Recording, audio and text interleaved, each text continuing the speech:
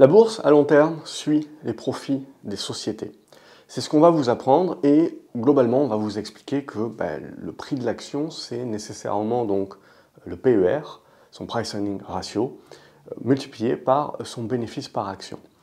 Et c'est vrai, à long terme, en effet, les bonnes sociétés verront leur cours progresser. Mais les cours progressent parce qu'il y a des acheteurs. Les cours progressent parce qu'il y a du flux.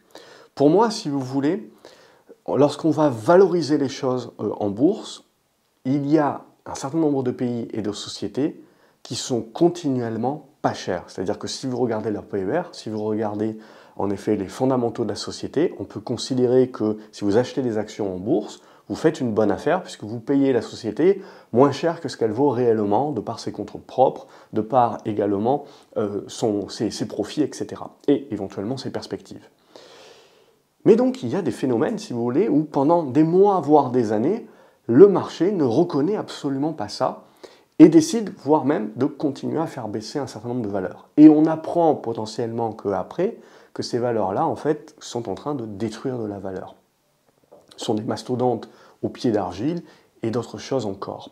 Ce qui me fait dire globalement pour moi que dans le prix de l'action, on a toutes les informations qu'il nous faut et même très souvent, au-delà de l'analyse fondamentale que l'on pourrait faire, le marché nous indique en fait que éventuellement notre analyse fondamentale est erronée et fausse.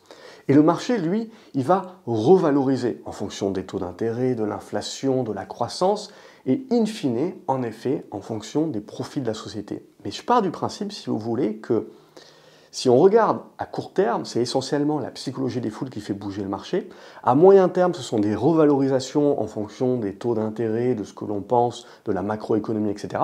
Et à long terme, en effet, ce sera en fonction des profits de cette société, de ses perspectives, etc. Mais pour moi, ce qui est le plus important, c'est une question de flux. Et donc, quand on regarde le PER, et qu'on va me dire et m'expliquer que cette société-là a un PER de 60, donc on paye 60 fois ses profits, donc globalement, on paye ça très cher et que l'action, du coup, ne peut que baisser, et bien vous vous rendrez compte que très souvent, ce que fait l'action, c'est qu'elle continue de progresser et que le titre se paye encore plus cher.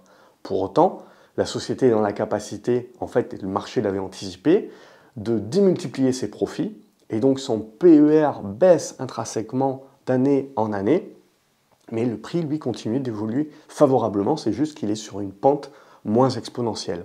Et à contrario, lorsqu'on va me dire que parce que le PER est à 5, donc on paye que 5 fois les profits, la société n'est pas chère, donc c'est une bonne affaire, il faut l'acheter, et bien cette société potentiellement ne fait rien pendant des années, voire continue de baisser et continue de se payer pas cher. Et vous avez la même réflexion que vous pouvez avoir au niveau de société, au niveau de secteur d'activité et au niveau de pays tout entier. La Russie, en 2019, quand j'ai décidé d'acheter du Gazprom, c'était pas cher.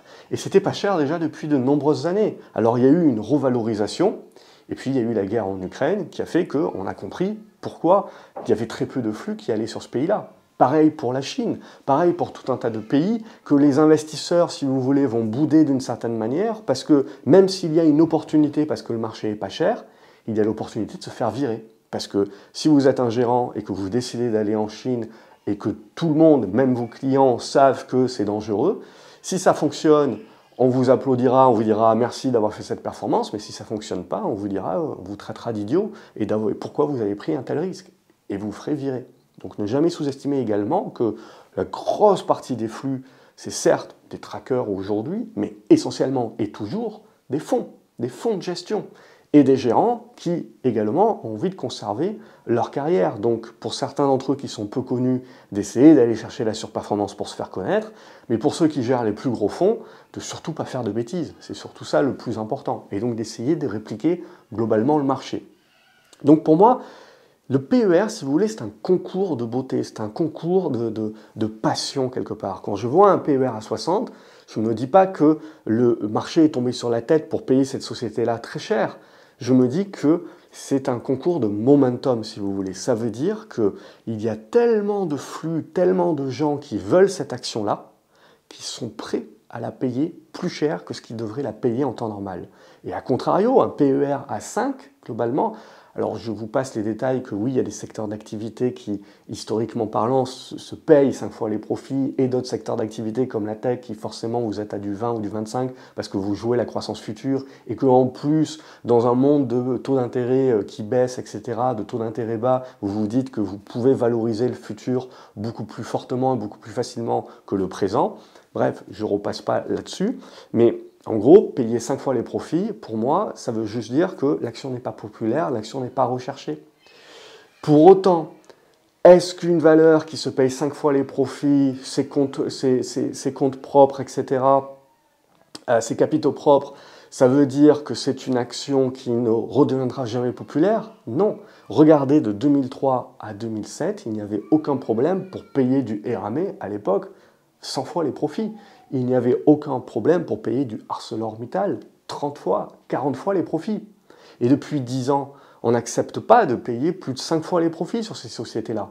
Ce sont des sociétés qui sont cycliques, mais ce sont des sociétés également, et on a privilégié ces 10 dernières années globalement, d'acheter uniquement de la récurrence des revenus, donc des valeurs tech. Parce que, en gros, quand vous regardez année après année, vous n'avez pas de surprise sur vos profits.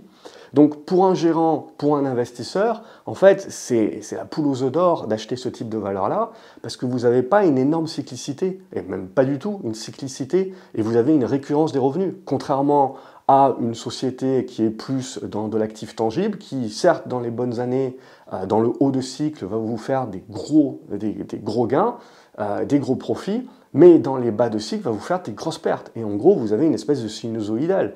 Et ça, en gros, on a balayé d'un revers de la main, et ce qui fait que le marché s'est essentiellement concentré sur le même type de valeur. In fine, un jour ou un autre, si vous voulez, on se rendra compte que les portes de sortie de secours sont trop petites. Mais pour l'instant, nous n'y sommes pas. Mais ne jamais oublier qu'un ArcelorMittal peut très bien devenir la prochaine coqueluche et une valeur de croissance dans le futur. Ne pas oublier que si vous avez une revalorisation des actifs tangibles, l'action ArcelorMittal, par exemple, je prends un exemple, comme d'autres valeurs plus tangibles, n'a pas besoin d'augmenter cruellement ses profits pour voir sa valorisation et donc son prix en bourse multiplié par 2 ou par 3. Il suffit que son PER soit revalorisé de 5 à 15. Mais il suffit, ça veut dire quoi? Ça veut dire qu'il faut des acheteurs, ça veut dire qu'il faut suffisamment de monde qui se disent que ArcelorMittal, c'est la valeur de croissance de demain. C'est donc qu'on décide et qu'elle accapare tellement de flux, si vous voulez, qu'on accepte de payer 15 fois les profits et plus 5. C'est seulement ça, c'est un concours de beauté, si vous voulez. Aujourd'hui, payer du Nvidia à 60 fois les profits, ça fait peur à personne pour continuer d'essayer d'aller grappiller 20% de plus. Il arrivera un moment où on se dira, on était tombé sur la tête, qu'est-ce que les gens ont fait de payer 60 fois les profits? Mais pendant 1 an, pendant 2 ans, pendant 3 ans, ça fonctionne, c'est là où est la performance. Et donc en fait, ce PER à 60 ne fait que refléter l'afflux massif de flux et d'acheteurs et donc de surplus de demande par rapport à l'offre d'actions disponible.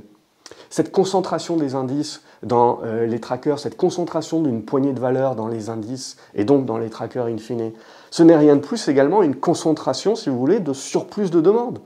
Donc, en soi, lorsque vous créez des liquidités, le marché boursier monte, mais même lorsque les liquidités se rétrécissent, ce que l'on voit, c'est que l'afflux, si vous voulez, va sur une poignée de valeurs et désaffecte complètement des marchés entiers, des secteurs entiers, voire des pays entiers. Ce qu'il faut se dire, si vous voulez, c'est que si on se projette aujourd'hui, les États-Unis sont chers. Donc ça veut dire que si on se projette à long terme, ce n'est pas nécessairement là où il y a la surperformance à faire. Or, si on se projette, il y a des secteurs d'activité et des pays qui sont remplis de valeur value, ou éventuellement, d'un point de vue purement fondamental, on se dit c'est là qu'il y a de l'opportunité, c'est là qu'il y a de la valeur. Mais encore faut-il que ça redevienne populaire et que les flux viennent là-dessus. Et on se rendra compte, si vous voulez, qu'on a tellement laissé de côté des marchés entiers comme ça, qu'on les a tellement désinfectés et que globalement, on a tellement réduit les volumes là-dessus qu'il ne faut pas qu'il y ait beaucoup de flux qui partent des US, sans pour autant chamailler les US, si vous voulez, pour que ces petits flux qui ne chamaillent pas les US soient relativement des énormes flux pour l'Europe, pour le Japon, pour la Chine, pour des pays émergents. Donc c'est ça qu'il faut bien vous considérer, si vous voulez. C'est comme quand j'avais discuté de la démondialisation.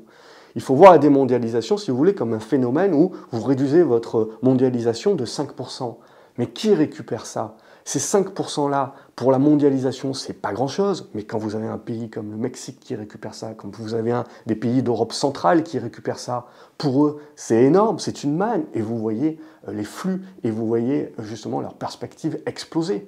Donc toujours réfléchir en termes de relativité, pour moi. C'est ça qui est important, et encore plus dans le monde actuel, où on vient d'un monde, si vous voulez, où pendant 15 ans, on a acheté exactement les mêmes choses, et 2016, on a démultiplié ça, et Covid, on a encore plus démultiplié ça. Donc c'est la réflexion que je vous amène, si vous voulez, de le PER, pour moi, c'est un concours de beauté. Le PER m'aide à juger de ce que le marché, là où l'offre et là où la demande, pardon, est la plus importante. Peut-être que ça sera un lapsus révélateur pour plus tard. Mais donc du coup, c'est aussi ce qui veut dire que à court terme, c'est ce qui marche, c'est là où sont les gens, c'est là où sont les flux, mais ça veut dire qu'à long terme, vous ne pouvez que penser que cet actif-là sous-performera globalement, puisque vous le payez déjà très cher aujourd'hui. Donc il faudrait qu'il continue sa croissance inévitable d'année en année et de manière exponentielle. Bref, en termes de probabilité, vous savez très bien que vous mettez le doigt quelque part où il y a beaucoup d'incertitudes. Et à contrario, aujourd'hui, vous avez tout un tas de valeurs, et qui plus est des marchés entiers, qui sont sous-payés, mais ils le sont depuis des années. Mais il faut éviter, à mon sens, de dire parce qu'ils sont sous-valorisés, qu'ils sont sous-payés, que personne ne s'y intéresse pendant des années, c'est de la merde.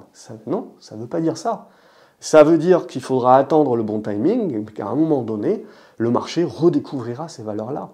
Parce que peut-être qu'il se dira que les taux d'intérêt vont baisser, mais vont rester plus élevés que ces dernières années, que l'inflation va baisser, mais va rester plus élevée que ces dernières années. Donc, que ces entreprises-là, qui certes avaient une grosse cyclicité dans leurs résultats, elles ont passé les 15 dernières années à réduire cette cyclicité. Quand vous regardez des valeurs comme Arcelor, comme tout un tas de sidérurgistes, de matières premières, etc., et que la géopolitique aidant, le côté stratégique aidant, etc., on est dans une guerre des ressources. Il faut patienter, il faut attendre, si vous voulez, que le marché redécouvre ça, ou peut-être qu'il ne le découvrira pas. Mais toujours est-il que, si vous voulez, c'est là où vous devez regarder. Ça ne vous dit pas quand est-ce qu'il faut tirer, ça, c'est l'analyse graphique qui va vous le dire, mais ça vous dit ce qu'il faut regarder et comment il faut le regarder. Plutôt que de regarder le PER comme un sentiment de cherté d'une action, pour moi, c'est un sentiment de popularité de l'action. Je vous laisse me dire ce que vous en pensez dans les commentaires. J'espère que ça a pu vous apporter quelque chose. N'hésitez pas, si tel est le cas, à mettre un pouce en l'air à la vidéo, à la partager sur vos réseaux sociaux. Et je vous retrouve dans les commentaires et je vous invite à regarder une autre vidéo pour continuer de voir la bourse avec de la relativité. Salut les graphes.